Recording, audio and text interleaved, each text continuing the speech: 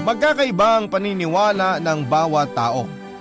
May nagsasabi na ang malas at swerte raw ay nakadikit na sa buhay natin. Kumbaga nakaguhit na sa palad natin ang nakatadhanang mangyari sa ating buhay.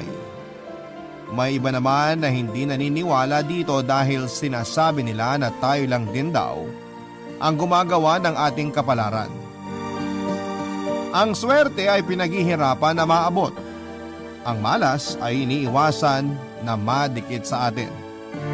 Pero kahit na anong iwas ang gawin ko ay mukhang pinanganak na akong kakambal ang salitang malas. Hello Papa Dudut at sa mga loyal listeners ng inyong programa na Barangay Love Stories. Just call me Karen, 35 years old from La Union. Matagal niyo na rin po akong listener at hindi ko na mabilang kung ilang beses na ba akong umiyak nang dahil sa sulat na binasa ninyo.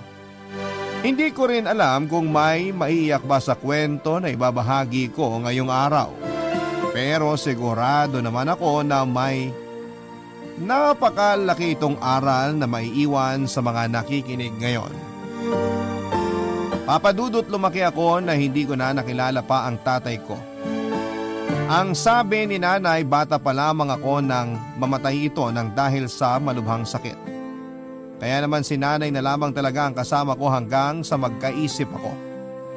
Mapagmahal na ina ang nanay ko at kahit tanging paglalako ng merienda sa lugar namin, ang trabaho niya ay pilit niya namang tinataguyod ang buhay namin. Ang hindi ko lang maintindihan noon ay kung bakit sa tuwing maririnig ko ang pangalan ko, kakambal ko noon ang salitang malas, Papa Dudut.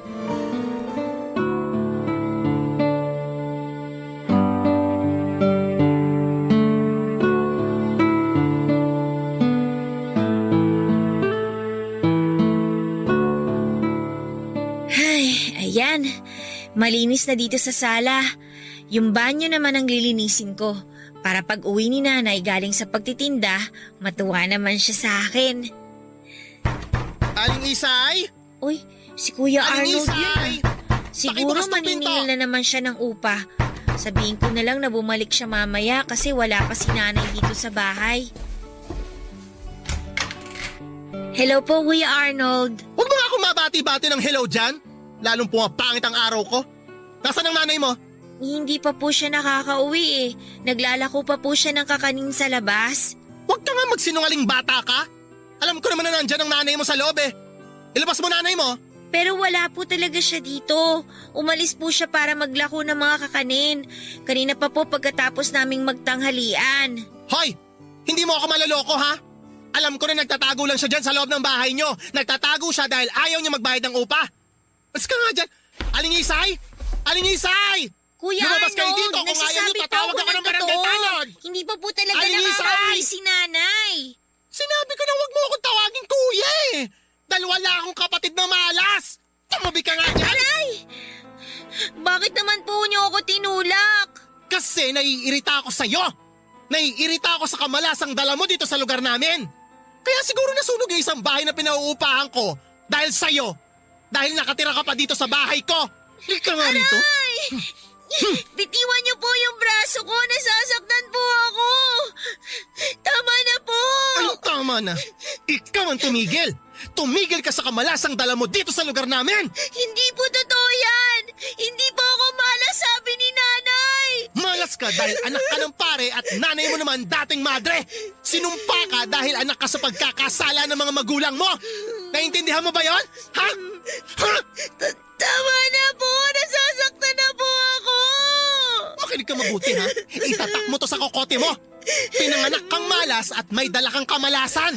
Dahil anak ka ng makasalanang mga tao. Isa kang salot sa lugar na to. Malas ka! Ay! Diyos ko! Arnold, anong ginagawa mo sa anak ko? Bitawan mo siya! O ayan, magsama kayo ng anak mong malas. Nay, ang sakit po ng mga braso ko. Anak! Pasensya ka na at ngayon lang nakauwi si nanay. Namumula na nga itong mga braso mo. Pwede ba? Bago kayo magdrama-dramahan dyan, ibigay niyo muna sa akin yung bayad ng upa niyo dito sa bahay. Ayoko magtagal dito sa inyo. Baka mamaya kumapit pa sa akin yung kamalasan ng anak mo. Palibhasa, salot yan. Tumigil ka na nga, Arnold! Bakit? Totoo naman ang sinabi ko ha. Alam na alam dito sa lugar na to na dati kang madre at pari naman ang tatay niyang anak mo. Sabi na tumigil ka na! Eto! Ayan na pera! Kunin mo na makalis ka na! Umalis ka na!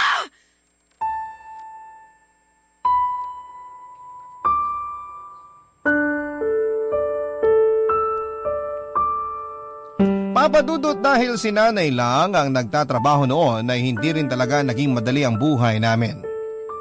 Wala kasi kaming sariling bahay at wala ring ibang pinagkakakitaan si nanay. Kung hindi ang paglalako nga lang ng merienda na siya rin mismo ang nagluluto.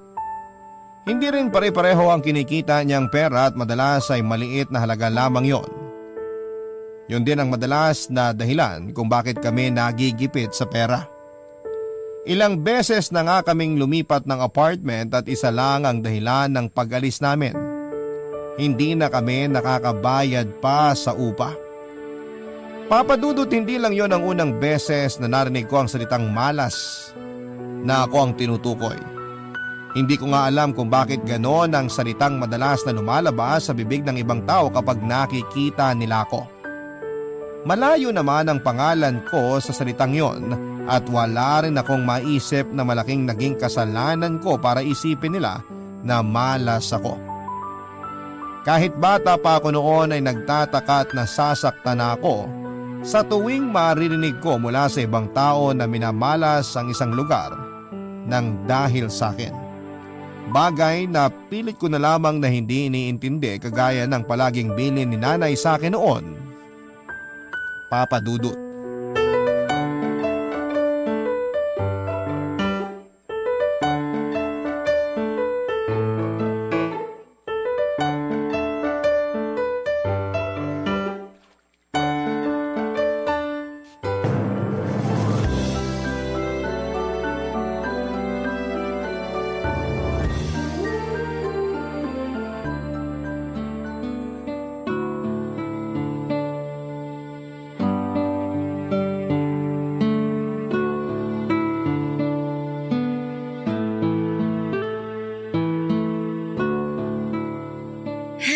Ayan, malinis na dito sa sala. Yung banyo naman ang lilinisin ko para pag uwi ni nanay galing sa pagtitinda, matuwa naman siya sa akin. Aling Isay? Uy, si Kuya Aling Arnold yun Isay? Siguro Pakibukas ng maniningil pinto. na naman siya ng upa. Sabihin ko na lang na bumalik siya mamaya kasi wala pa si nanay dito sa bahay.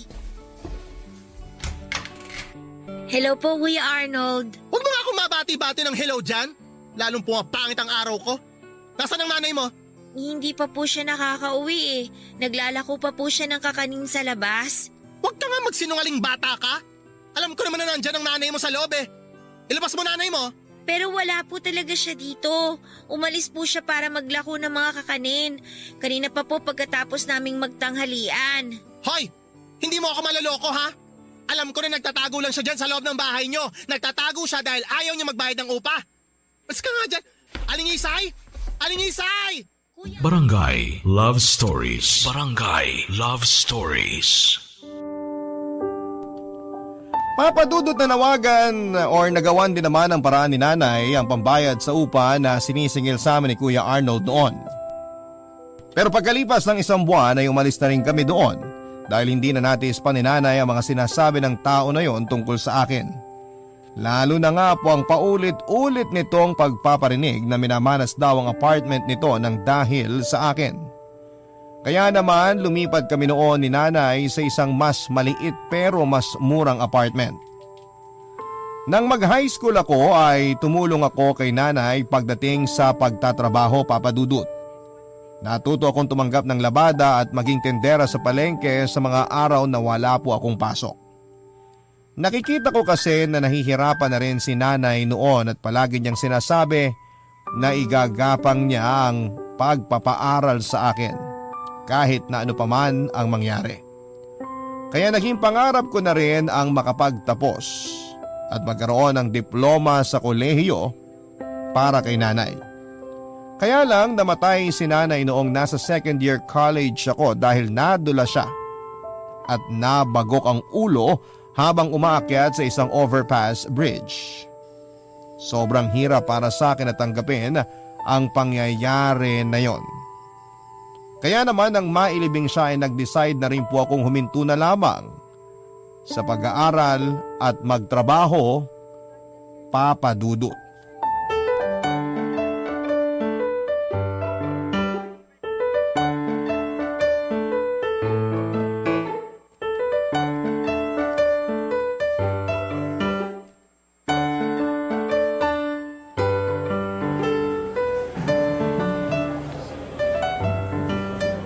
Uy, pa-share ako dito sa table mo ha.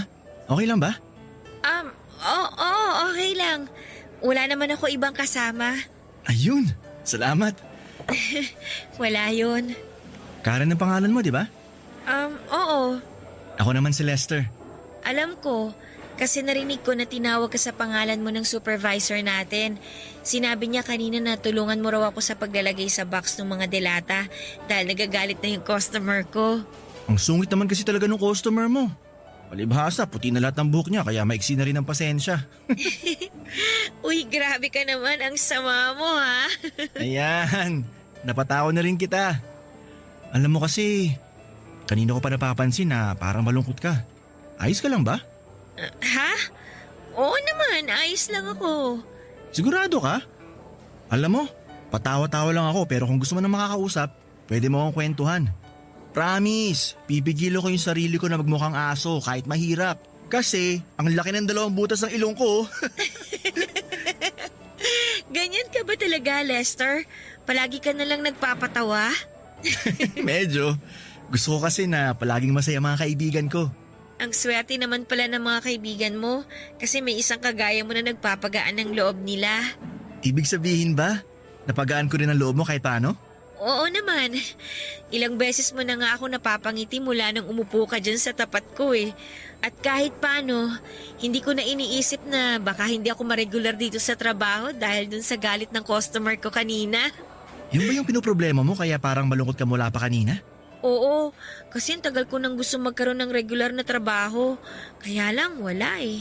Malas talaga ako kaya palaging natatapos ang mga kontrata ko sa mga pinagtatrabahuhan ko. Yun lang pala problema mo, hindi mo kaagad sinabi sa akin. Bakit? Huwag mo sabihin na anak ka ng may-ari nitong pinagtatrabahuhan natin at nagpapanggap ka lang na karaniwang empleyado. Hindi no, sa mga teleserye lang naman nangyayari yan eh. Bakit kung akong bahala sa'yo ka dyan? Parang kaya mo akong gawing regular dito sa trabaho natin ah. Kaya ko talaga yun, kasi number 1, gwapo ako kahit malaki yung mga butas ng ilong ko. Number 2, maapil ako kahit hindi ako katangkaran. At number 3... Teka nga, naku Lester ha, niloloko mo lang yata ako eh. Hindi no, totoong sinasabi ko na gwapo ako at malakas ang dating ko kasi yun ang sabi ng mama ko. Kaya nga na-regular ka agad ako dito sa trabaho eh. Kasi malakas ako sa supervisor at manager natin. Basta, kung bahala sa'yo Karen. Ituturo ko sa'yo lahat ng teknik para magustuhan ka rin nila. Para mabilis ka ma-regular. Basta lang gagalingan mo palagi pagdating sa trabaho. Oo naman, matagal ko na kasi talagang gustong ma-regular sa trabaho na to. Ngayon pa lang sobrang thank you na talaga. Nako, magpasalamat ka sa akin kapag naging regular ka na dito. Tsaka ilibre mo ko ng paborito kong siomay pag nagkataon ha. Papadudot mula nang mamatay si nanay ay parang gumuho na talaga ang mundo ko. Buong buhay ko kasi ay siya lang ang kasama ko. Pagmamahal at suporta niya ang kinalakhan ko. Kahit palagi akong nakakatanggap ng masasakit na salita mula sa ibang tao, ay napapawi yon kapag niyayakap na ako ni nanay. At nang mawala nga siya, pakiramdam ko ay totoo ang sinasabi ng ibang tao na malas daw ako. At minamalas din ang mga taong nasa paligid ko ng dahil sa akin. Pero dahil alam ko na hindi gugustuhin ni nanay, na panghabang buhay akong makulong sa lungkot papadudot kaya pinilit ko na bumangon ulit at magpakatatag. Sinimulan ko na po ang paghahanap ng trabaho at sa awa ng Diyos, hindi naman ako nahirapan. Pero hindi kagad ako naging regular at palaging natatapos sa mga kontrata ko kaagad. Sa panglimang trabaho ko na noon ay sa isang supermarket na nasa loob ng mall ay doon ko naman nakilala si Lester na isa sa mga dahilan kung bakit naging mas matatag pa ako. Dahil ang mabuting pagkakaibigan na nasimulan namin ay nauwi rin sa masayang pagkakaibigan, Papa Dudut.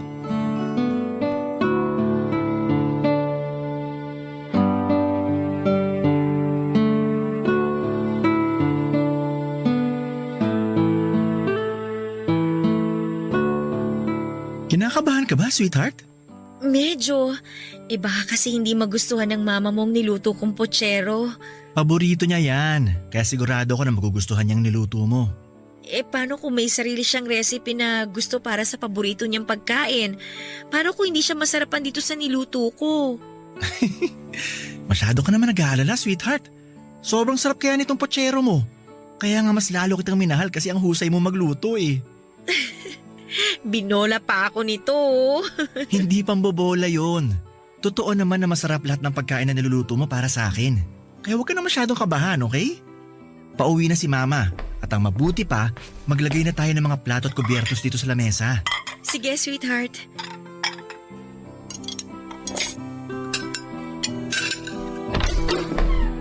Ay, grabe! Ang traffic! Lester! Nakapagluto ka na ba ng para sa hapunan? Hindi na kasi ako nakadaan ng karinderya para bumili ng ulam kasi... Oh, may bisita pala tayo. Magandang gabi po, tita. Ma, si Karen po. Girlfriend ko. Siya na ba yon? Bakit parang ibang itsura niya sa personal? Mas okay ang itsura niya sa mga picture. Nako ma, baka pagod lang po kayo sa biyahe kaya nasabi niyo yan. Upo na po kayo dito. Nakapaghain na rin po kami ni Karen. Si Karen po nagluto ng pochero na yan. Sigurado ako na magugustuhan nyo. Hindi po ako gumamit ng seasoning sa pagluluto kanina. Nabanggit po kasi ni Lester na ayaw niyo po ng may seasoning sa mga pagkain. Ang totoo po, hindi rin talaga ako gumagamit nun kasi alam Sa ko na... kalumpang ka dati nakatira kasama ng nanay mo, di ba? Opo. Paano nyo nalaman, ma? Doon kasi nakatira yung isang pinsan ko. At nakwento ko nga sa kanya na may girlfriend ka na. Binigay ko ang buong pangalan ng girlfriend mo at ang sabi ng tita mo, kilala raw niya yung mga magulang ng girlfriend mo. Talaga po? Ang liit naman talaga ng mundo. Sa kabilang bayan pa po yun, di ba? Oo, pero kagaya nga ng sinabi mo, maliit lang ang mundo kaya mabilis na nakakalipad ang mga balita.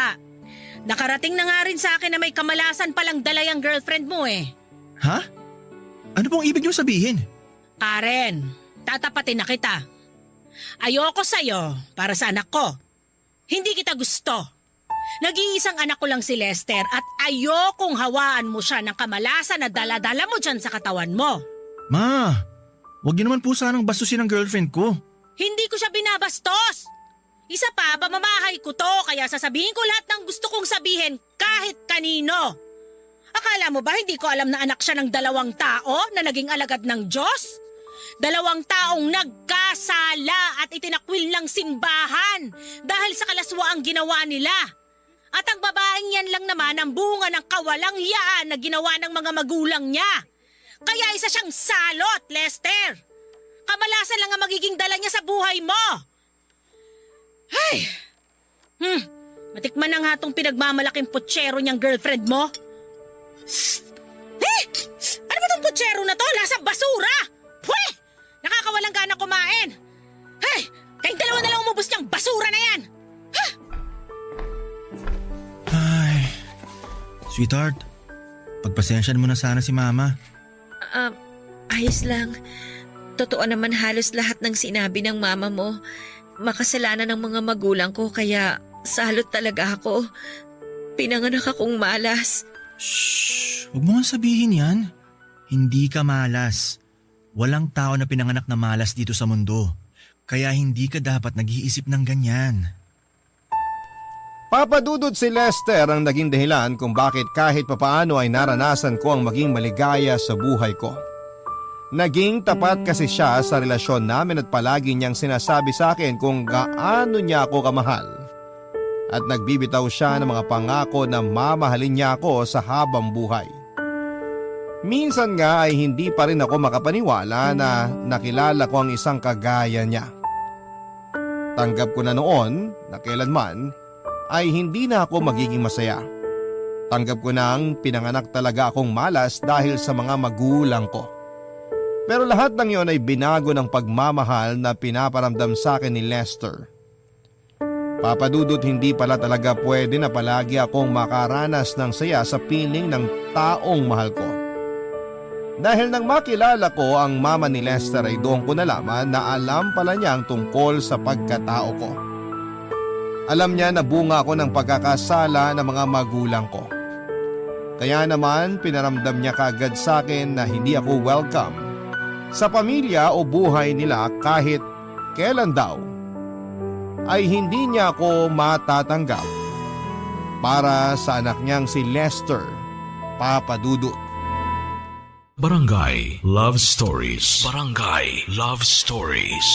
Papa Dudut, sa kabila ng pagtutol ng mama ni Lester sa relasyon namin ay pinagpatuloy namin ang lahat. Hindi nagpatinag si Lester kahit halos isumpa na siya ng mama niya. Sinabi niya na ipaglalaban niya ako at ang relasyon naming dalawa at pinatunayan ni Lester ang sinabi niyang yon nang layasan niya ang mama niya para magsama na kaming dalawa. Yun daw kasi ang naisip niyang paraan para magkaroon kami ng tahimik na relasyon. Nung una, Papa Dudut, ay nagigilty talaga ako sa ginawa niya dahil nga sa siya na lang ang kasama ng mama niya. Matagal na rin kasing patay ang papa niya kaya dalawa na lamang sila sa bahay. Kinumbinsi ko pa nga siya noon na huwag iwanan ng mama niya pero sinabi ni Lester na hindi siya papayag na paulit-ulit akong pagsalitaan ng hindi maganda ng mama niya. At gusto na rin daw niyang tuparin namin ang pangarap naming bumuo ng isang masayang pamilya. Akala ko ay tuluyan na naming matutupad ang pangarap na yon nang sa wakas ay magdalang tao na ako. Pareho kaming excited ni Lester at huminto pa ako noon sa pagtatrabaho. Pero muling gumuho ang mundo ko dahil pagkalipas lamang ng ilang buwan ay nakunan ako, Papa Dudut.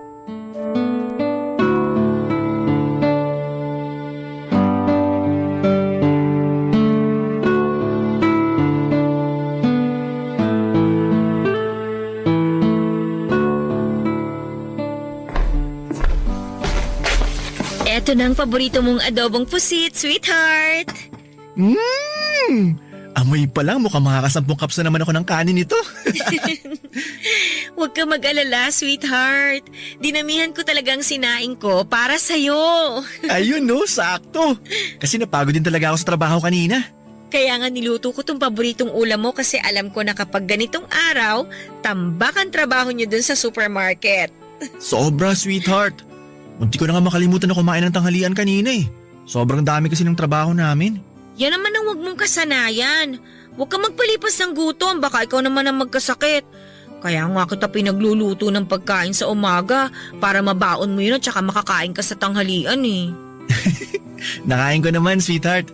Kaya huwag ka na magtampo sa akin. Ay, nga pala. Nakita mo ba yung charger ng cellphone ko? Ay oo, nandun sa kwarto natin. Nandun lang pala. Akala ko naiwan ko sa locker ko kanina eh. Di ko kasi makita sa bag ko. Na-empty ba't na tuloy ang cellphone ko? Teka, saglit lang, kukunin ko, sweetheart. Kumain ka lang dyan ha, babalik din ako kagad. Sige, sweetheart. Salamat ah.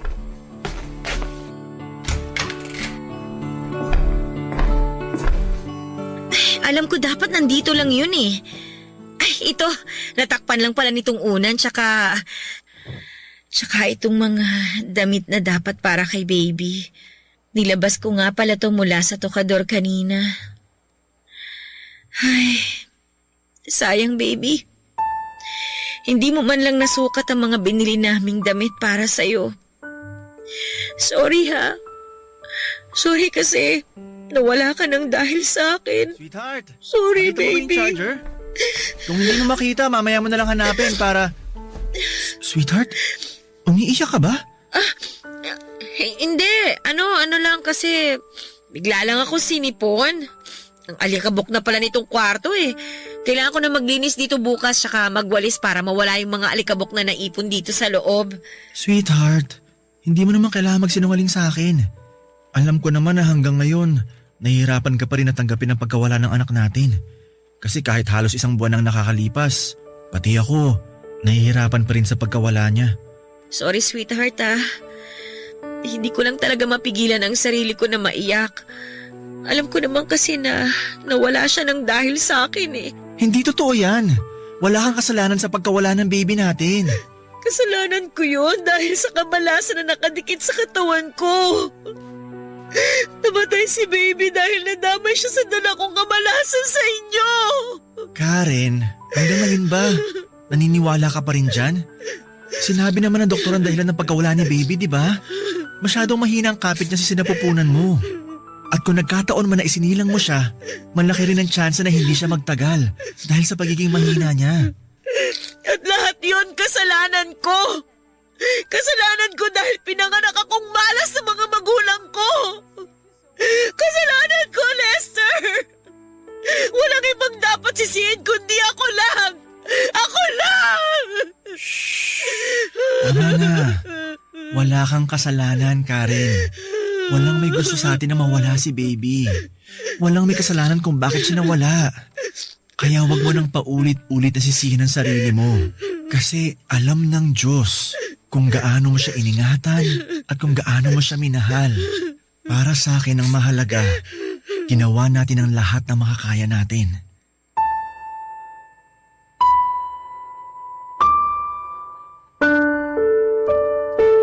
Papadudot doon ko muling naramdaman ang kamalasan na dala ko sa buhay ni Lester. Hindi po madali ang mawala ng anak kaya naman nahirapan talaga akong tanggapin yon. Pero nang dahil sa partner ko ay unti-unti akong natuto na muling maging matatag.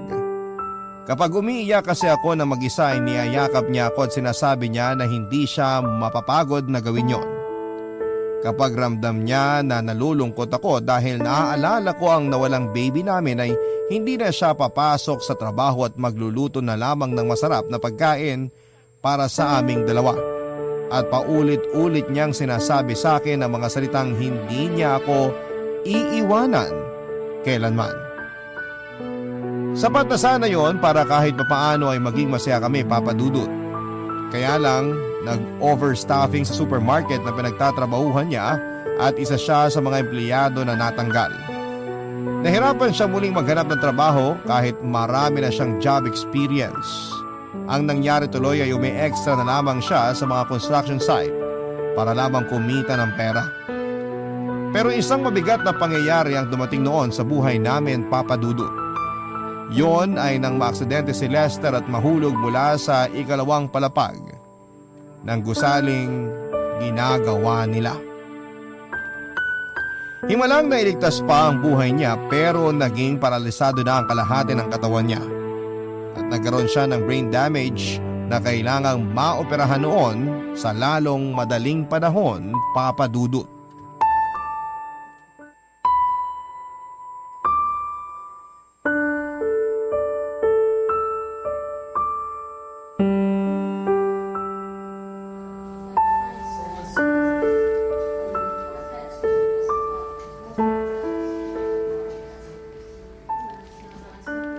Sweetheart, Sweetheart, gising ka na pala.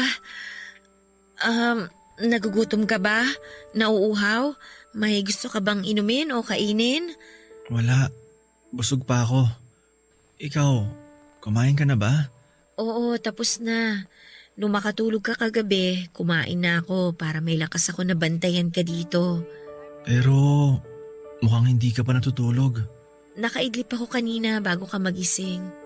Sweetheart, halata sa mga mata mo na wala ka pang maayos na tulog. Namumula na yung mga mata mo at ang lalim pa ng eye bags mo. Ano ka ba? Matagal nang ganyan ang mga mata ko. Sweetheart, sorry Kung hindi sana ako na-aksidente sa trabaho, hindi ka mapapagod na bantayan ako dito at di ka mamumroblema na maghanap ng pera para sa operasyon ko. Huwag mo nang isipin yun. Ako nang bahala doon. Ang mahalaga ngayon, kailangan na magpalakas ka. Kasi nakaschedule ng operasyon mo sa 1 linggo. May nahiraman ka ba ng pera para sa operasyon ko? Oo, kaya nga may schedule ka na para sa operasyon kasi may pambayad na tayo. Kaya huwag ka na mag-alala, okay? Sweetheart, alam ko na nahihirapan ka ngayon sa sitwasyon natin. Pero ayoko na sisihin mo ang sarili mo dahil sa nangyari sa akin. Ano ba yung sinasabi mo? Siyempre walang ganon. Kilala kita at alam ko tumatakbo ngayon sa isip mo.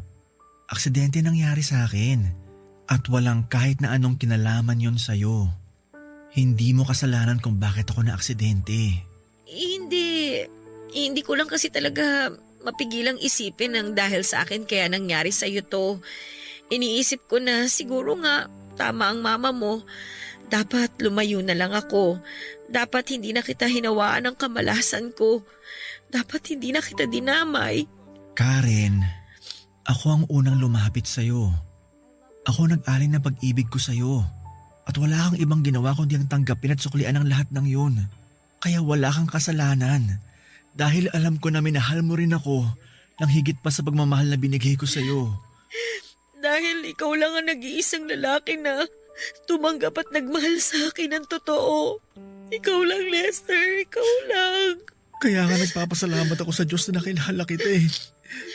Kasi mula nang dumating ka sa buhay ko, wala na akong ibang naramdaman kung hindi puro kaligayahan lang.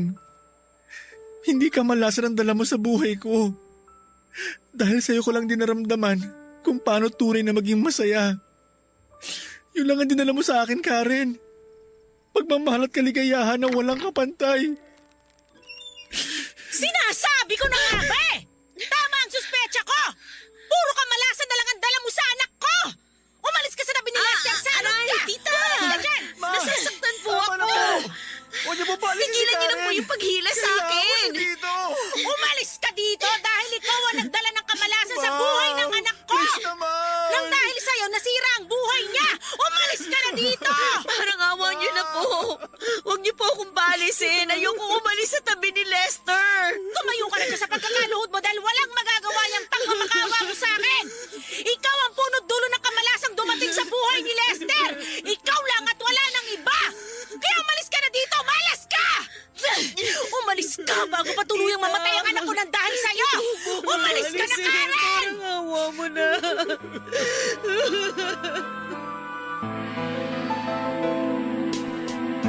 Papadudot kahit na anong pagpapalis ang ginawa sa akin ng mama ni Lester ay hindi ko yon sinunod.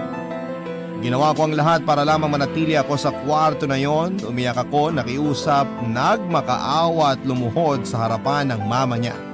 Hanggang sa eto na mismo ang umalis sa loob ng kwarto dahil na rin sa pakiusap ni Lester. Ilang ulit din ako humingi ng tawad noon kay Lester, Papadudot. Doon ko naisip na tama ang mama niya na wala akong ibang dinala sa kanya kung hindi puro kamalasan lamang. Kung hindi niya ako nakilala, hindi masisira ang buhay niya. Pero sinabi ni Lester na ang bawat araw ng pagsasama naming dalawa ang pinakamasayang araw sa buhay niya. Walang araw siyang pinagsisihan na ako ang pinili niyang makasama. Kahit kailan daw ay hindi siya nagsisi na minahal niya ako. At isang mahigpit na yakap ang sinagot ko noon sa kanya. Papadudot, kinailangan ng malaking halaga para sa operasyon na gagawin kay Lester noon. Hindi ko talaga alam kung saan ako kukuha ng pera dahil maliit lamang naman ang naipong ko. Pero sinabi ng mama niya na ito na raw ang bahala sa lahat ng mga gagastusin. Doon po ako nabuhayan ng loob at labis-labis na nagpasalamat sa kanya at sinabi niya sa akin na gagawin niya yon para kay Lester at hindi dahil sa pakiusap ko. Pero malaki pa rin ang naging pasasalamat ko sa kanya. Kaya lang, bago pa man may sagawa ang operasyon ay namatay na rin si Lester dahil sa biglang pamamaga at pagdurugo ng utak niya. Hindi na po naagapan pa ang nangyaring yon na naging dahilan para tuluyan siyang mawala sa akin. Halos panawan ako ng ulirat dahil doon, pero pilit pa rin po akong nagpakatatag. Papadudot 2 linggo lang matapos mailibing si Lester ay nalaman ko na nagdadalang tao ako. Gulong-gulo ang isipan ko noon at gusto ko talagang ipalaglag ang batang nasa sinapupunan ko. Pero sa awa ng Diyos ay mas nanaig pa rin ang takot na nararamdaman ko noon. Pati na ang pagmamahal ko para kay Lester at sa magiging anak namin. Alam ko kasi na yun na ang pangarap naming dalawa. Pangarap na hindi ko na pwedeng sirain pa. Kaya naman ginawa ko ang lahat para maging healthy ang ipinagbubuntis ko. Kung saan ako nagtrabaho para lamang kumita ako ng pera para sa mga check-up at vitamins ko. Hanggang sa maisilang ko na nga ang isang malusog na sanggol, Papa Dudut. Kung lumaki man ako na pinaniniwala ang malas ako, ang anak ko naman, ang anak namin ni Lester, ang pinaniniwala akong nagdala ng lahat ng swerte sa buhay ko. Naglakas loob kasi ako na magtayo ng maliit na negosyo ng siomai na ako rin mismo ang gumagawa. Umutang ako sa isang kaibigan ko na pinagbigyan din naman ako. Hindi nga nagtagal ay lumago ang negosyo na yon at ngayon ay may sarili na po akong tindahan ng siomai at siopaw na sariling recipe. Sobrang saya ko talaga kasi naibibigay ko na ang lahat ng pangangailangan ng anak ko. At maayos na rin kami kahit papaano ang pakikitungo sa akin ng mama ni Lester, lalo na kapag dinadalaw niya ang apo niya. Magandang araw po sa inyong lahat at sa mga loyal kabarangay na nakikinig ngayon. Itago niyo na lamang po ako sa pangalang Mikey, 30 years old at kasalukuyang nakatira sa Antipolo, Rizal.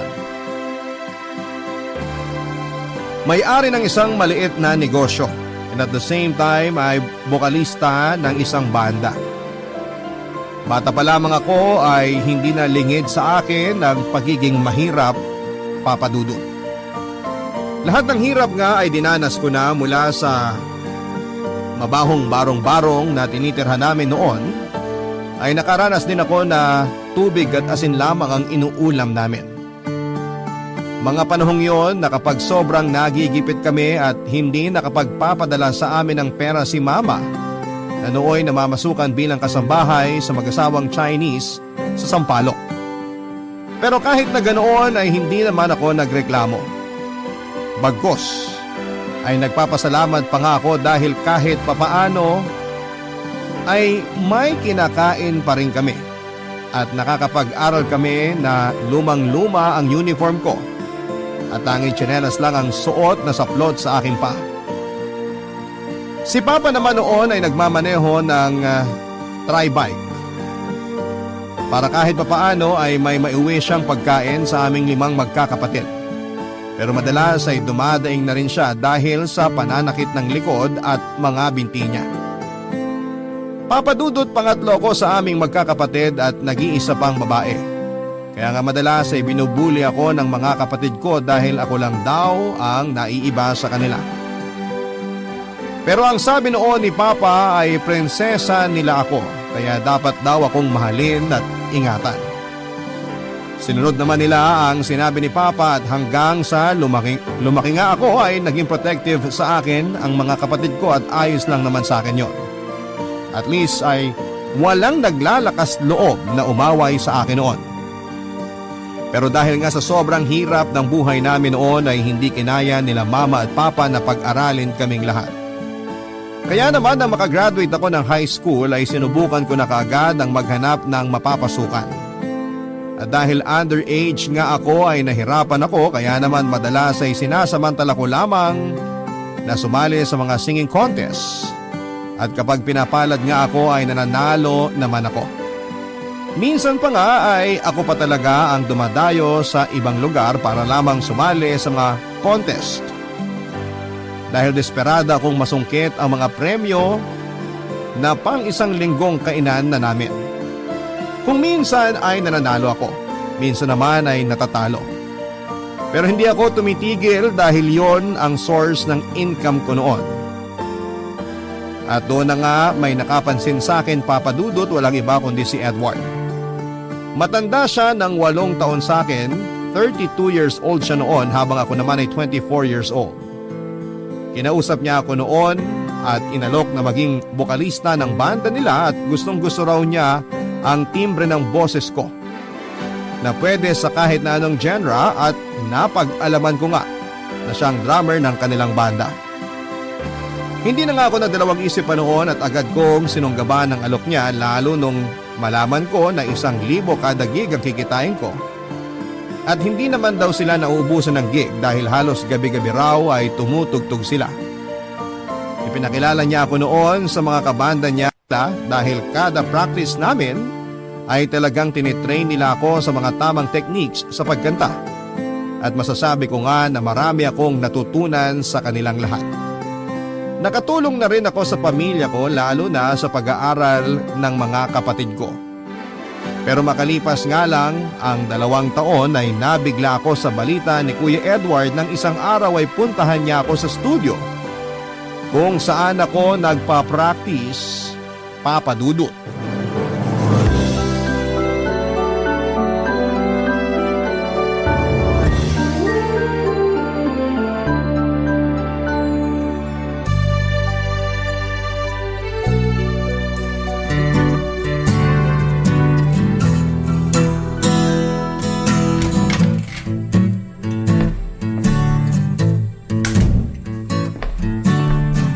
Mikey, pwede ka ba makausap sandali? Sige po, tungkol saan po ba? Gusto lang kitang kumustahin. Kumusta ka naman ba sa banda natin? Okay naman po. Ba't bigla niyo pong naitanong? Wala lang.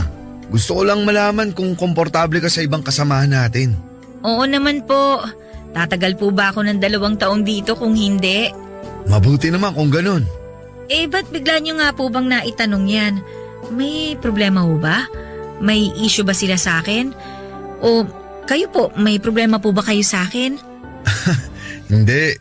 Gusto ko lang makasiguro na maayos kitang iiwanan dito. Ha? Iiwan niyo ako? Sawa na po ba kayo sa pag-handle sa akin? Hindi, ano ka ba? Masyado ka naman nag-iisip. Alis na kasi ako. Ha? Saan po kayo pupunta? Natanggap ako sa trabahong pinag-applyan ko sa Kuwait. Kaya makikipagsapalaran muna ako sa ibang bansa. Pero Kuya Edward, paano ako? Anong paano ka na? Iniisip mo ba na baka alisin ka nila sa grupo kapag umalis ako? Malamang. Kayo nagpasok sa akin dito eh. Paano po pag umalis na kayo? Huwag kang mag-alala. Hindi naman mangyayari yun. Unless gusto ulit nilang maghanap ng kasing galing mo. Hindi uubray ang pambobola niyo sa akin, kuya. Malungkot ka ba? Siyempre, mawawalan ako ng Kuya Edward eh. Mangingibang bansa lang ako. Di naman ako sasakabilang buhay. Kung aalis kayo, sinong papalit sa inyo? Mababakante ang posisyon niyo. Siyempre pinaghandaan ko yan. Umanap muna ako ng kapalit ko bago ako nag-decide na mag-apply sa ibang bansa. Matagal na nga siyang naghihintay eh. Kakilala niyo po? Oo, pamangkin ko yun. Magkakasundo kayo, panigurado. Kaidaran mo lang din halos yun. Ang tanong kasing galing niyo kayang tumugtog. Oo naman, hindi ako ipapahiya nun. Tsaka hindi mo na itatanong, musician ang buong angkan namin. Bakit hindi na lang kayo yung kumuha ng bokalista sa mga kamag-anak nyo? Ba't ako pa po yung pinili nyo? Imposible naman pong wala magaganda ang boses sa kanila. Well, may point ka. Pero nakitaan kasi kita ng potensyal. At alam ko nung mga panahong yun, kailangan na kailangan mo ng mapagkakakitaan. Paano nyo po nalaman? Yun kaya ang isinagot mo sa tanong nung isang judge. Tinanong ka nila kung bakit ka sumali sa contest. Ang sabi mo, Kailangan ko yung prize para pangkain namin ng 1 linggo. Pero hindi naman po ako nanalo nun. oo nga, pero sa tingin ko dapat nanalo ka dun eh. Feeling ko kasi may dayang nangyari. Di naman ganun kagagaling kumanta yung mga nanalo eh. Feel ko nga rin po, pero at least may opportunity na dumating para sa akin. So panalo pa rin po ako. Sa bagay, tama ka dyan. Kaya nga po sobrang nagpapasalamat ako sa inyo eh. Kasi binigyan niyo ako ng pagkakataon na i-showcase yung talent ko. At the same time, nakakatulong ako sa pamilya ko. Ang ginawa ko lang naman, ipasok ka rito sa banda. Pero ang hard work mo, ikaw yan. Pero salamat pa rin po. Malulungkot talaga ako kapag umalis na kayo rito. Huwag kang malungkot. Nandyan naman ang buong banda na nagsisilbing pangalawang pamilya mo na. And for sure, magkakasundo kayo ni Ace. Di ka mabobore at malulungkot pag siya ang kasama mo. Yung Ace po ba yung pamangkin nyo? Oo, mabait yun. May pagkasuplado nga lang sa una. Nako, as if namang uubra sa akin yung pagiging suplado niya. Well, sangayon ako dyan. Knowing you, may something sa'yo na nakakagaan sa pakiramdam. Naks! Todo-todo papuri mo sa akin ngayon, Kuya Edward ah! Nagsasabi lang naman ako ng totoo. Napaka-positibo mong tao. At yun ang pinakagusto kong part ng pagkatao mo. Papadudot, katulad nga ng sinabi ni Kuya Edward ay umalis na siya sa banda at nakipagsapalaran sa ibang bansa. Lalo pa nga at may pamilya siyang binubuhay. Pero hindi naman nabakante ang posisyon niya dahil tinig-over ito ng pamangkin niyang si Ace. At totoo nga sa mga sinabi ni Kuya Ed ay may pagkasuplado nga si Ace. Pero wala namang kaso yon sa akin. Ang tingin ko kasi sa kanya ay isang Prince Charming na lumabas sa isang libro. Ganon na ganon ang datingan niya sa akin. Matangkad siya at maputi at talaga namang gwapo.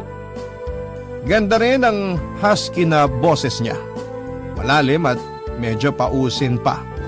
Kaya nga first meet namin ay nagkaroon agad ako ng crush sa kanya. Kahit na hindi naman siya ganon kasaya na makita ako. Na-imagine ko pa nga na nasa nobela kami at sa una lamang siya suplado.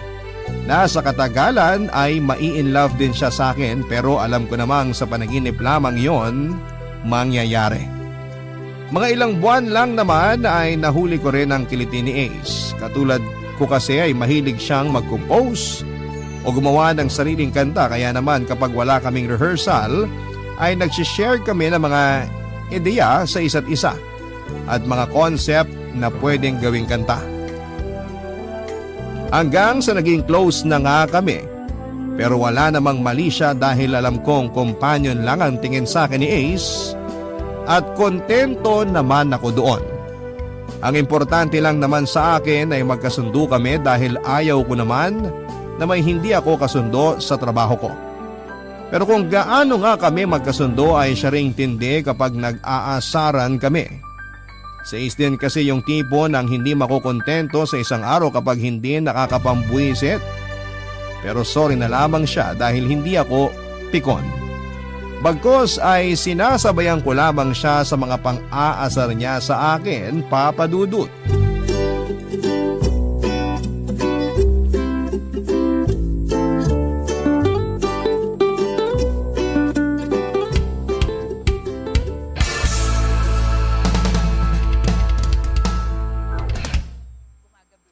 Maya na ulit tayo mag-rehearse. Sakit na ng kamay at braso ko. Sige, minamalat na rin ako. Delikado pa yata tong boses ko mamayang gabi. Boses palaka ka na nga. Boses pala ka pala ah. Ikaw nga gurang ka na eh. Nangalay kagad ang kamay at braso. Pikon. Hindi ako pikon no. Hindi lang ako papatalo sa'yo. Tama na nga. Baka umiyak ka pa eh. Oso ko. May iba ako. Humuhusay ka na sa pagigitara ha. Talaga ba? May mga sintonado pa rin ako minsan eh. Pero di na ganun kasama. Pwede ka na siguro isabay kay Kuya Red. Lo, di kaya. Lead guitarist yun. Anong gagawin ng newbie na kagaya ko? Ang sinasabi ko lang naman, konti na lang pwede ka nang isabay sa kanya sa mga madaling pyesa. Malay mo next time, nagigitara ka na habang kumakanta. Ang astig nun. Nai-imagine ko nga yan. Parang ang sarap sa feeling no? Pag-usahin mo palalo. O kaya magpatulong ka kay Kuya Red. Ayoko. Nahiya ako eh. Wow! Marunong pala mahiyang makapalang muka. Hoy, sino kaya mas makapal ang muka? Ikaw nga, hindi naman sa'yo yung pagkain, kinain mo. Tawang-tawa lang. Mag-aasawa na yan. Bakit ba kasi hindi ka makapag-move on? Isang pirasong siomay lang yun. Last ko na kasi yun kinain mo pa. PG lang? Grabe naman to. Bili pa kita ng 1,000 siomay eh. Akin na pera, pambili ng 1,000 siomay. Wala akong cash na dala. Credit card, gusto mo? Wag na, baka namang walang laman yan. Ano akala mo sa akin, poor? Bakit, hindi ba? Nanginginain ka ng siomay ng may siomay? At least siomay lang. Hoy, ba't ka tumatawa? Oy, natawa ko bakit ba? Iba naiisip mo, no? Hoy, wag mo ko itulad sa'yo ha. Masama bang tumawa? Hindi, pero para kasing iba iniisip mo eh. Ano bang iniisip ko? Sabihin mo nga. Akin na lang yun. Kesa kung pinagtitripan mo, tapusin mo na yung kantang sinusulat mo para malapatan na natin ang tono. Langya naman kasi. Ang hirap pala gumawa ng kantang senti kapag wala pang experience. Bakit? Hindi mo pa ba naranasan ma-broken-hearted? Naranasan. Pero hindi naman kasi ganun kasakit. Nakapag-move on ka agad ako. Alangan naman ako magbigay sa'yo ng idea. Hindi pa rin ako nakaka-experience ma-broken-hearted. Wala akong magawang inspiration. Pag naman kasi pinilit ko, baka naman di ganun kadama pag kinanta. Di proceed ka na lang sa usual song na sinusulat mo. Tapos kapag may experience ka na, doon mo na lang balikan yung isa. Sa bagay, may plano nga pala tayong tumugtog ng original composition natin sa mga gig natin. Basta sabihan mo lang ako kung anong gusto mong tema. Then mag-share na lang ulit ako ng pwede kong i-share na idea. Ganun na nga lang talaga ang mangyayari. At lumipas pa nga ang 2 buwan, Papa Dudut, ay mas naging malapit kami ni Ace sa isa't isa. Pero napag-alaman ko nga na may girlfriend na pala siya na hindi ko naman na kinagulat. Napaka-imposible naman kasi na sa itsura niyang yon ay wala siyang girlfriend. Medyo nalungkot lamang ako ng slight dahil yung 1% na pag-asa ko na magiging kami na ni Ace ay tuluyan na nga pong naglaho, Papa Dudut. Pero ayos lang naman dahil crush lang naman ang nararamdaman ko para sa kanya, hindi po gaanong kalalim. Umahanga ika nga nila.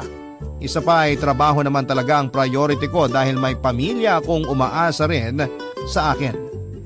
Naisip ko na saka ko na lamang iintindihin ang sarili kong love life kapag nakahanap na ako ng stable na trabaho.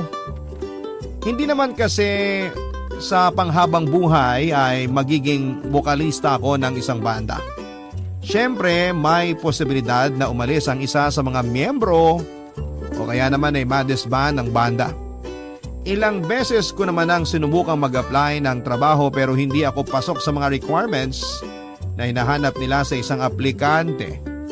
Una nga ay high school graduate lamang ako at sumunod ay walang work experience. Pero pasasaan ba? At makakahanap din ako ng trabahong para sa akin o kung hindi man ay pangarap ko sanang magkaroon ng sariling negosyo na mag-aahon sa amin sa kahirapan, Papa Dudut. Barangay Love Stories. Barangay Love Stories. Isang gabi nga matapos ang isa naming gig ay may pinakilalang babae sa amin si Ace at sinabing girlfriend niya ito, si Jade. Maganda ang babae at sexy, mukhang mayaman din base sa pananamit nito. Agad naman ako nakipagkamay sa kanya at sinabi kong masaya akong makilala siya pero hindi ganoon ang pinapahiwatig na mga ngiti niya sa akin. Ako naman ay walang pakialam kung galit siya o inis dahil wala naman akong maalalang may atraso ako sa kanya. At importante lamang naman sa akin ay nagmamahalan silang dalawa ni Ace at wag lang nitong sasaktan ng kaibigan ko. Halos lahat nga ng gig namin ay kasama si Jade pero wala naman ang atensyon nito kay Ace kundi nasa akin. Panay kasi ang sulyap niya sa akin tapos ay bigla na lamang mangiirap. Naisip ko tuloy na baka binabantayan niya si Ace kaya naroon siya lagi kapag may gig kami. At dahil nga hindi na rin ako makatiis at gusto ko ring malinis ang pangalan ko sa kanya, ay sinamantala kong busy ang mga kabanda ko lalo na si Ace sa pagliligpit ng mga gamit ay nilapitan ko si Jade na nasa isang lamesa lang naman kasama namin na naghihintay, Papa Dudut.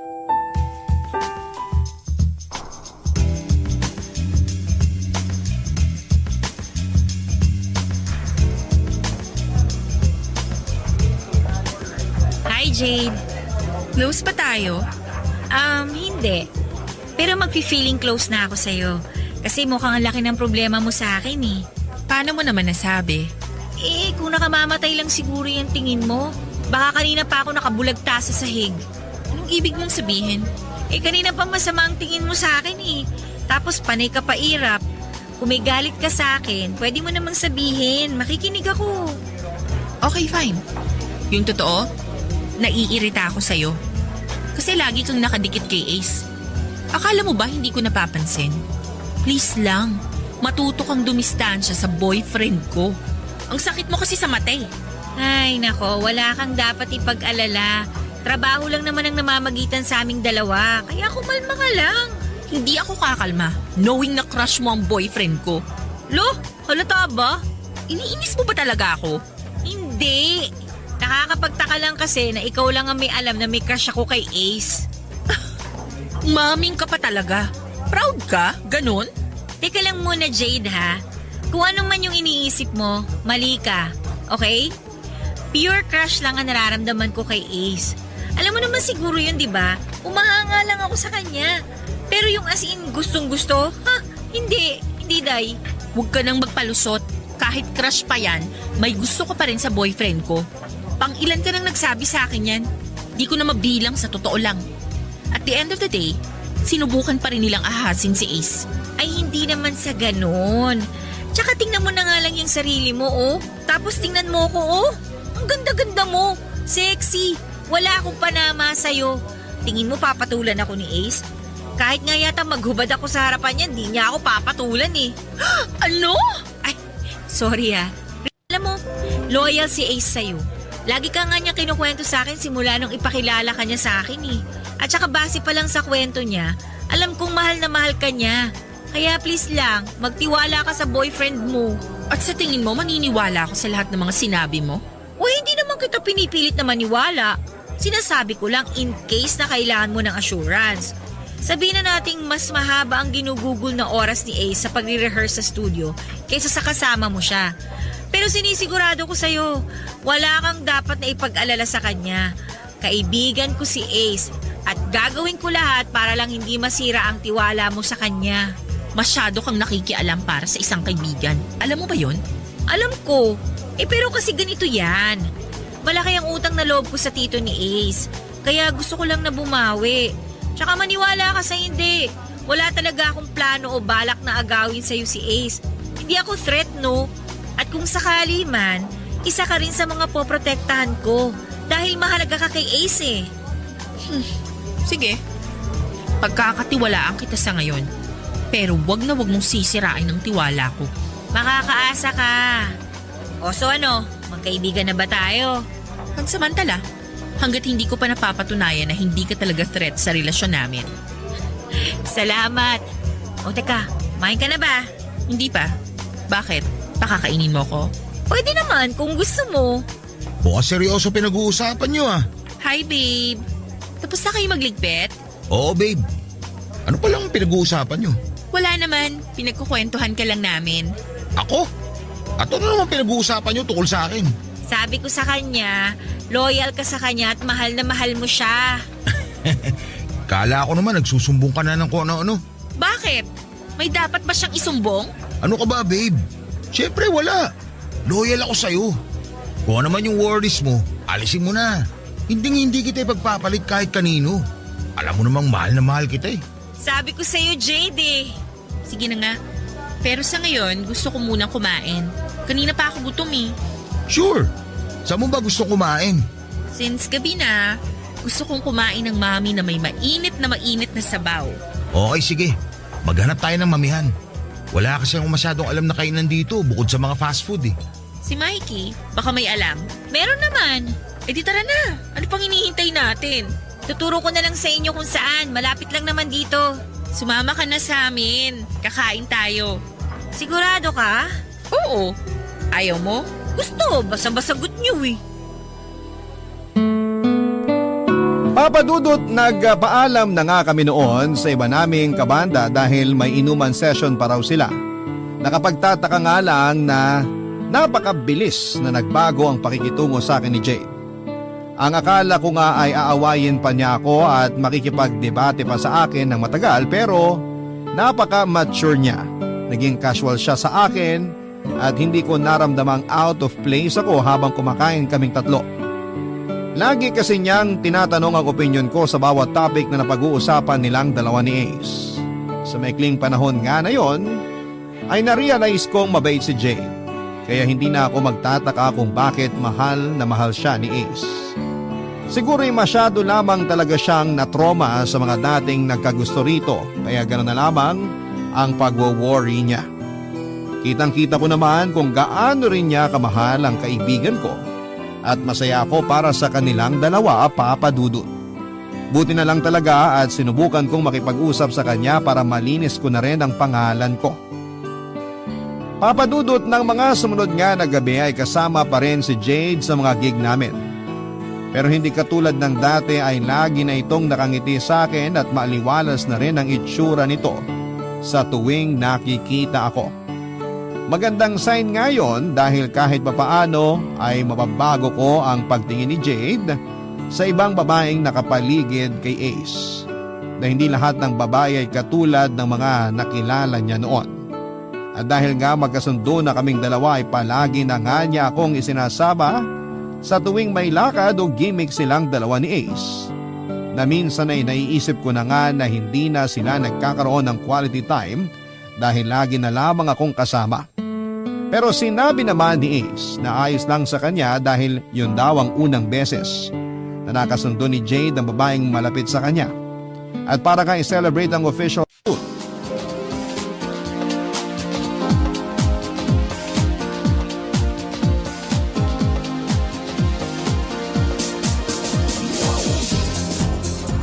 Mikey!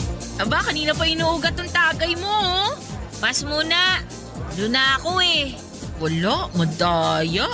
Hayaan mo na babe. Huwag kayo masyado magpakalasing. Hindi ko kayo kayang bitbiting dalawa pag nalasing kayo. Kaya nga, tsaka mahina ang tolerance ko sa alak. Ang mabuti pa, magkwentuhan na lang muna tayo para bumaba yung mga tama natin. Sige, call ako dyan. Call din ako. Kwentuhan niyo naman ako kung paano kayo nagkakilala. Sino ba magkukwento? Uy, kahit sino sa inyong dalawa. Sige, ako na. Nagkakilala kami 3 years ago sa bar na pinagkakantahan nyo. Kagagraduate ko lang nun ng college, kasama ko friends ko nun. Doon namin napiling mag-celebrate. Tapos, ayun, nakita ko si Ace sa stage kumakanta. Kasama nila Tito Edward. Kumakanta ka, Ace? Oo. Pero nagkaroon ako ng problema sa lalamunan ko. Kaya hindi na ako nakakanta ulit. Kung mapapansin mo, medyo paus ako magsalita. Ano bang nangyari? Chain smoker ako noon at nagkaroon ako ng grabing ubo. Hanggang sa nagkaroon ng araw ng tamang lalamunan ko na dahilan ng pagkasira na rin ng boses ko. Ah, ganun pala yun. Uy, sumabalik ako dun sa kwento. Paano kayo nagkakilala nun? I mean, sino yung nag-first move? Ako? Medyo nakainom na kasi ako nun eh. Nagulat nga ako sa kanya kasi bigla siyang umakyat doon sa stage. Tapos nag-request ng kanta. Dedicated daw para sa akin. Ay, talaga? Iba talaga nagagawa ng alak, no? Tapos ayun nga, hanggang sa matapos yung request kong kanta, hindi ako bumaba ng stage as in. Grabe, hindi ko carry yun. Kakahiya ka. Ano ka ba? Walang hiya-hiya pag nakainom. O tapos, ano ba nangyari? Ayun, hiningi ko yung number niya. Sabi ko kung wala siyang girlfriend, maging textmates kami. At sakto, wala nga siyang girlfriend. Ayun, mula sa pagiging magkaibigan, naging kami na. Naloka ako sa'yo, Jade, ha? Ikaw pa talaga yung naunang nagbigay ng motibo. Na love at first sight ako sa kanya eh. Taray! Ikaw naman, Ace. Ano naman ang masasabi mo doon? Masasabi ko? Lagi ko na sinasabi sa kanya to. Pero isishare ko sa'yo. Sa totoo lang, masaya ako na nilapitan niya ako nung araw na yun. Kasi kung di niya ginawa yun, hindi ko siya girlfriend ngayon. Eh ikaw ba? Kailan mo ipapakilala sa amin ng boyfriend mo?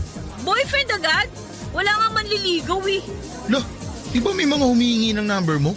Fake number binibigay ko sa kanila. Ayoko makipag-text kung kani-kanino, no?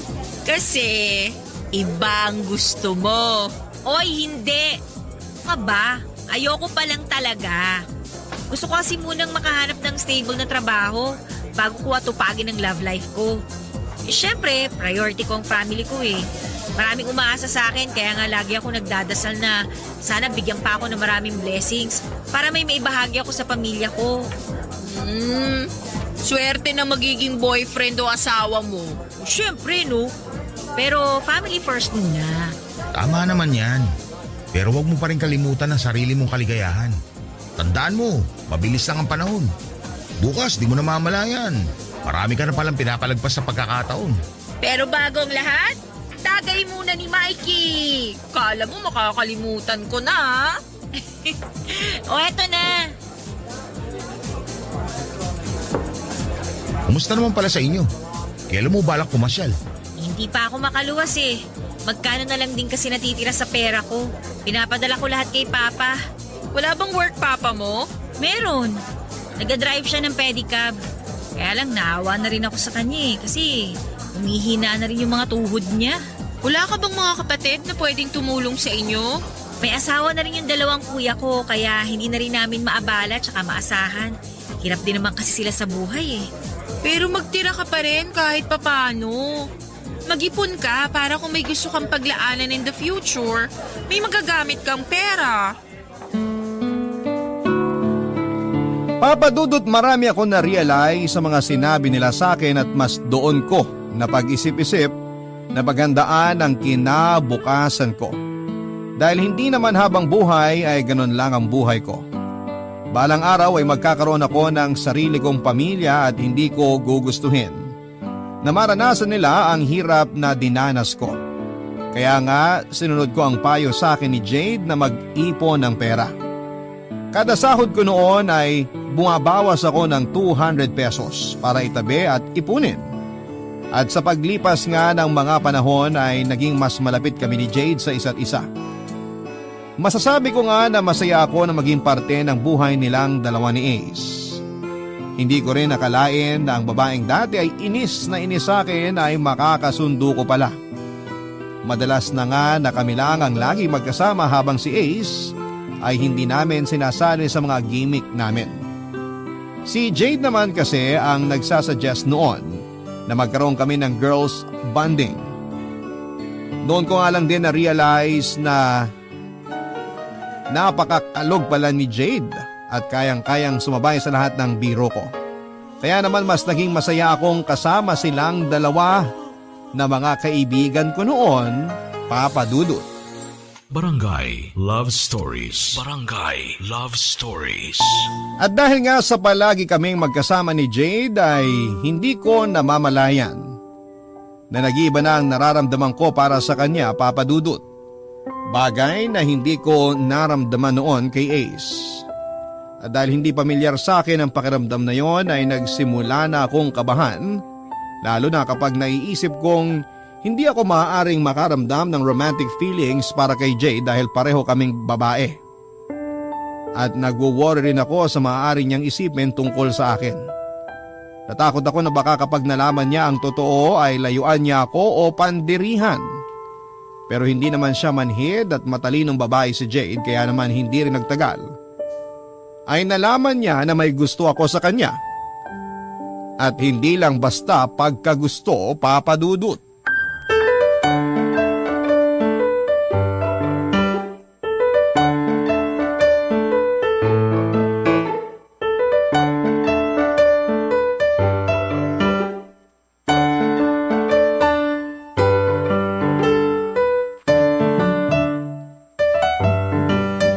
Magkaibigan tayo, di ba? Oo, bakit? Kung may gusto kang sabihin, sabihin mo na. Sabihin ang alin. Ay, Mikey, inoobserbahan kita palagi at hindi ka ganun kahirap pasahin. Alam ko na may gusto ka sa akin. Teka, paano mo nalaman?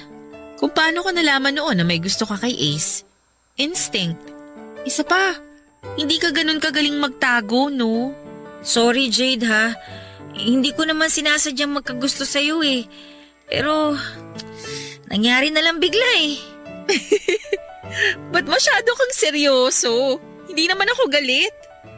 Tsaka huwag kang mag-sorry tungkol sa mga bagay na hindi mo naman kontrolado. Hindi ka galit? Hindi. Ba't ako magagalit? Crush lang naman yan. Paano kung sabihin kong hindi lang to basta crush? Na mahal na talaga kita bilang babae. Mikey, thank you kasi mahal mo ko. Pero alam mo naman ang sitwasyon natin. Boyfriend ko si Ace. Committed na kami sa isa't isa. Wala naman akong balak na guluhin ang relasyon niyo ni Ace. Kaya nga tinago ko na lang tong nararamdaman ko eh. Alam ko naman na hindi mo kami guguluhin ni Ace. Pero isipin na lang natin ang mararamdaman niya. Nililinaw ko lang lahat dahil ayokong i-invalidate feelings mo. Nagmahal ka lang naman sa maling tao at maling panahon. Kaya hindi mo kasalanan yun. Hindi ka ba naiilang sa akin? Ba't naman ako maiilang sa'yo? Kasi pareho tayong babae. Yung may gusto sa'yo, babae. Sabi ko nga, may mga bagay na hindi natin kontrolado. May mga unexpected events na nangyayari sa buhay natin. At sa kaso mo, ito yun. Salamat, Jade. Napaka-mature mo talaga mag-isip. Kung ibang babae siguro, baka iba yung naging reaksyon nila. Walang mali na magmahal ng kapareho nating kasarian. Ang mali yung taong hindi tanggap ang mga tao na kagaya mo. Basta lagi mong tatandaan, as long as wala kang tinatapakang tao, go lang. Sasabihin mo ba kay Ace? May mga bagay na hindi na niya kailangang malaman. Pero for the sake of our friendship, kailangan nating sabihin. Dahil nag-promise tayo na walang secrets, 'di ba? Baka magalit sa akin si Ace. Di natin sure. Pero alam kong maiintindihan ka niya. Kilala ko si Ace at hindi siya basta-basta nagbibigay ng judgment. Para namang hindi mo siya kilala. Alaskador lang yun pero mabait at patas siyang tao. Alam ko naman. Ay, sana lang wag magbago ang trato mo sa akin dahil sa mga nalaman mo. Ano ka ba? Siyempre hindi. Best friends na tayo, di ba? Oo, best friends. Walang magbabago sa atin. Tsaka gagawin pa kitang bridesmaid. Gusto ko yan. Kailan niyo ba balak magpakasal? Kasal na lang ang kulang sa inyo eh. Matagal pa naman. Pero napag-usapan na namin. Sigurado naman ako na siya na ang gusto kong makasama habang buhay eh. Basta ako, susuportahan ko kayo kung saan kayo masaya. Salamat, Mikey. Hindi ako nagsisisi na binigyan kita ng chance na maging kaibigan. Totoo kang kaibigan at totoo ka sa mga nararamdaman mo. Pero ang pinakagusto ko sa'yo, yung positive outlook mo sa buhay. Sa ilang buwan kong pagkakakilala sa'yo, never kitang narinig na nagreklamo dahil ang pangit o minamalas ka sa buhay. Lalo lang naman ako may stress pag inintindi ko pa ang mga kamalasan ko sa buhay. Mismo! Kaya nga bilib ako sa'yo eh. Magsikap ka lang, alam ko magiging successful ka rin balang araw. Kasi pinagpapala ang mga katulad mo. Grabe naman ang compliment mo sa akin. Pero salamat Magdilang anghel ka sana. Papadudot parang naalis ang mabigat na nakadagan sa dibdib ko matapos ang pag-uusap naming yon. Napakaswerte ni Ace dahil nakatagpo siya ng babaeng kagaya ni Jade. Swerte rin naman si Jade kay Ace. Hiling ko lang talaga ay hindi na sila magkahiwalay at ikasal na sila. Kung tutuusin kasi ay kasal na lamang ang kulang sa kanila pero nasa kanila naman yon. After all ay lifetime commitment ang kasal na dapat pag-isipang mabuti. Hindi ko nga akalain na hindi ko pa pala talaga lubusang kilala ang sarili ko. Hindi ko alam na may tinatago pala akong ibang kasarian. Sino ba naman kasing mag-aakala, hindi ba? Simula nung magkaisip ako ay lalaki naman talaga ang gusto ko tapos ay bigla na lamang akong nagkagusto sa isang babae. Hindi ko tuloy alam kung ano ba talaga ang sexual orientation ko. Kung bisexual ba o lesbian. Pero mas safe sigurong sabihin na kasama ako at parte ako ng LGBT community. Pero dahil nga sa bagong nadiskubre ko sa aking sarili, ay naging maingat ako sa mga kilos at salita ko. Dahil nga hindi pa ako sigurado ay pinili kong maglaylo. Alam ko naman na tanggap na ang mga LGBT sa lipunan, pero may iilan pa rin ang hindi. Kaya naman hindi ko maiwasang mag-alala, idagdag pa na hindi ko alam kung papaano ako maglalantad sa pamilya ko. Dahil hindi naman sila open sa ganong usapin kaya minabuti kong huwag na nga munang ipaalam sa kanila. Makalipas nga ang 2 taon ay masayang ibinalita sa akin ni na Ace at Jade na magpapakasal na sila. Masaya ako para sa kanila pero hindi ko pa rin maiwasang makaramdam ng kaunting kirot. Pero no hard feelings. Ang importante lang sa akin ay masayang masaya sila at masaya na rin po ako, Papa Dudut. Sa 2 taon ding yon ay nagpursigi ako sa pag-iipon kagaya ng payo ni Jade. Nakapagpundar ako ng maliit na negosyo na ako rin mismo ang nagmamanage. Nagbebenta ako ng mga damit, tsinelas at kung ano-ano pa at napakalaking tulong talaga noon sa pamilya ko. Nang in-announce nga ni Ace at Jade ang balak nilang pagpapakasal ay nakiusap sa akin si Jade na gusto niyang hingin ang opinyon at perspective ko sa lahat ng kakailanganin nila sa kasal. Dahil para sa kanila ay napakalaki raw ng parte ko sa buhay nilang dalawa ni Ace. Hindi ko naiwasang maging emosyonal sa sinabi niyo ni Jade dahil pakiramdam ko ay tunay na pamilya na ang turing niya sa akin. At hindi ko naman siya binigo dahil kasakasama nga nila ako halos sa lahat ng paghahanda nila para sa kasal, lalo na sa mga isusuot nila.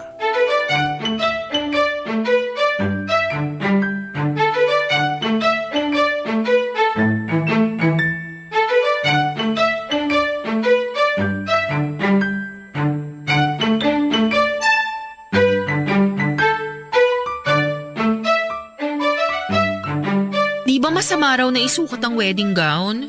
Bakit masama? Sabi di daw matutuloy yung kasal. Epep, nag-research ako tungkol dyan. Nagtanong na rin ako kay na mama. Ang sabi niya, pwede naman daw isukat basta hindi pa fully made yung gown. I mean, hindi pa tapos gawin. Anong hindi pa tapos? Halimbawa, hindi pa naikakabit yung isang manggas ng gown. Pwede niya yung isukat. Nox, ni-research mo talaga yun? Oo naman no. Para maiwasan natin yung mga bawal-bawal sa kasal. Wala namang mawawala sa atin kung susunod tayo eh. Sa bagay, better safe than sorry. Tama. Pero syempre, pina-verify ko muna kay mama yung mga pamahiin sa kasal. Sina tita ba? Walang ibinilin sa'yo? Ayun nga, wag na wag ko nga daw isusukat ang wedding gown ko bago ang kasal. Sumunod na lang kayo para wala na talagang makakapigil pa sa kasal nyo. Sa bagay, ikaso nahihirapan ako pumili ng wedding gown. Lahat kasi magaganda. Ikaw ba babe, ano sa tingin mong bagay sa akin dito? Lahat naman bagay sa'yo. Ba't nga ba ikaw pa tinanong ko? Dapat talaga hindi ka na sumama eh. Kaming dalawa na lang sana ni Mikey yung nagpunta rito. Di pa tayo kasal, inaaway mo na ako. Sa bagay naman kasi talaga sa'yo kahit ano pang isuot mo eh. So ano, kahit ano isusuot ko sa kasal natin? Bagay sa'yo tong long sleeves na backless. Talaga? Ito din gusto ko eh. Hala, ba't ang tindi ng mood swings mo? Ilan linggo ka ng ganyan ah. Baka buntis. Buntis? Oh, bakit ganyan kayo makatingin sa akin? Parang gulat na gulat pa kayo. Kailan ka nga huling dinatnan, babe? Oh my gosh! Oh, bakit? 2 weeks na akong delayed. Congrats! Buntis ka na! Pero hindi pa sure. Maiwan ko na muna kayong dalawa rito. Saan ka pupunta? Tatakbuhan mo ko? Sira, hindi. Bibili ako ng pregnancy test kit sa butika. Babalik ako kagad. I love you. I love you too. Ingat ka. Ang aga ng wedding gift niyong dalawa, ah. Tingin mo talaga buntis ako? Oo, 2 weeks ka kamong delayed, di ba? Ganyan yung mga napapanood ko sa TV eh. Paano kung delayed lang talaga? Huwag ka masyado mag-overthink. Bibili na ng pang-PT si Ace. Pero, paano nga kung buntis ka? Matutuwa ako syempre. Magkakaanak na kami ni Ace kung sakali. Masaya ako para sa inyong dalawa. Basta pag kinasal na kayo, huwag niyo akong kakalimutan ha. Ano ka ba? Hindi ka namin makakalimutan. Napakalaki ng parte mo sa buhay naming dalawa ni Ace. Isa kang tunay na kaibigan na totoong tao ka. Kaya kung buntis nga talaga ako, ninang ka. Gusto ko yan! Bridesmaid na, ninang pa! At dapat ikaw ang kakanta ng wedding song namin habang naglalakad ako papunta ng altar. Oo naman, yun na lang ang regalo ko sa inyo. Thank you so much, Mikey. Sana lang wala kang hidden grudges sa akin ha, kasi hindi ko maibalik feelings mo para sa akin. Para kang sira. Wala na sa akin yun, no? Basta maging masaya ka lang palagi. Kayo at na mga magiging anak nyo. Masaya na ako noon. Tsaka hindi lang naman ikaw ang tao sa mundo. Marami akong makikilala at sigurado kong isa doon para sa akin. Lahat ng negative nagagawa mong positive ha? Nakakabilib ka talaga. Marami ng negativity sa mundo. Dadagdag pa ba ako? Sobrang saya ko ng mga oras na yon dahil sa mga sinabi ni Jade, Papa Dudut. Sino nga ba ang mag-aakala na magiging matalik pala kaming magkaibigan? Nagsimula kami sa hindi magandang pagkikita. We started at the wrong foot, ika nga nila. Pero kahit na ganoon ay masaya ako na broken-hearted man ako sa kanya ay ayos lang. Dahil kung mahal mo talaga ang isang tao ay magiging masaya ka sa kung saan siya masaya. At bilang kaibigan ni Jade at Ace ay masaya akong makita na masaya silang dalawa. Hindi naman magtatapos kay Jade ang kwento ng buhay ko dahil marami pa akong pahina na maaaring sulatan. 3 buwan nga lang ang inabot ng preparation ng kasal ng dalawa sa importanteng tao sa buhay ko at sa lahat ng preparation na yon ay super hands-on talaga ako dahil na rin sa request ni Jade. Minsan nga ibinibiro ko siya na ginawa niya talaga akong literal na bridesmaid. Pero sinasabi naman niya na ganon ako kaimportante na gusto niya lahat ay may participation ako. Nakakataba nga ng puso na ganong klase ang importansya ang ibinibigay niya sa akin. At wala rin naman kaso yon kay Ace. Kahit pa nga alam na niya ang tungkol sa nararamdaman ko para kay Ace. Or para kay Jade. Kumbaga we're matured enough para intindihin pa ang mga maliliit na bagay na hindi na dapat palakihin pa. At katulad nga ng request ni Jade ay ako ang kumanta ng wedding song nila. At habang inaawit ko ang paborito nilang kanta ay hindi ko napigilang umiyak dahil sa 2 bagay. Una ay sa tuwa dahil kapwa na nila papasukin ang bagong yugto ng buhay nila ng magkasama at pangalawa ay dahil sa munting lungkot na nararamdaman ko dahil alam ko na marami nang magbabago pagkatapos po nilang maikasal. Hindi na kami lagi magkakasama dahil kailangan na nilang i-prioritize ang pamilyang bubuin nila. Lalo pa nga at 4 na buwan nang buntis si Jade. Ilang buwan pa ay masisilayan ko na rin ang inaanak ko.